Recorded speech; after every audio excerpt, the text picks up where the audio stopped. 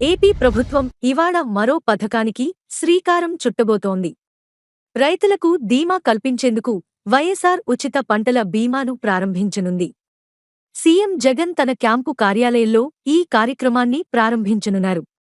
ఆరుగాలం కష్టపడి పంట సాగు చేస్తే తీరా చేతికొచ్చే సమయంలో అతివృష్టి, అనావృష్టితో పాటు కరువు కాటకాలు, ప్రకృతి వైపరీత్యాలతో రైతుకు నష్టం వాటిల్లుతోంది. రైతులందరికీ ధీమా కల్పించాలన్న సంకల్పంతో ప్రభుత్వం పంటల బీమా పథకానికి శ్రీకారం చుట్టింది. పాదయాత్రలో రైతులకు జగన్ ఇచ్చిన హామీల మేరకు ఈ పథకాన్ని ప్రారంభిస్తోంది.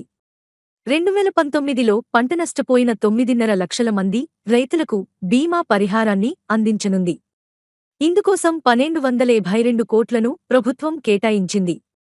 సీఎం జగన్ క్యాంపు కార్యాలయంలో కంప్యూటర్ బటన్ నొక్కి నేరుగా రైతుల ఖాతాల్లో ఈ మొత్తాన్ని జమ చేయనున్నారు.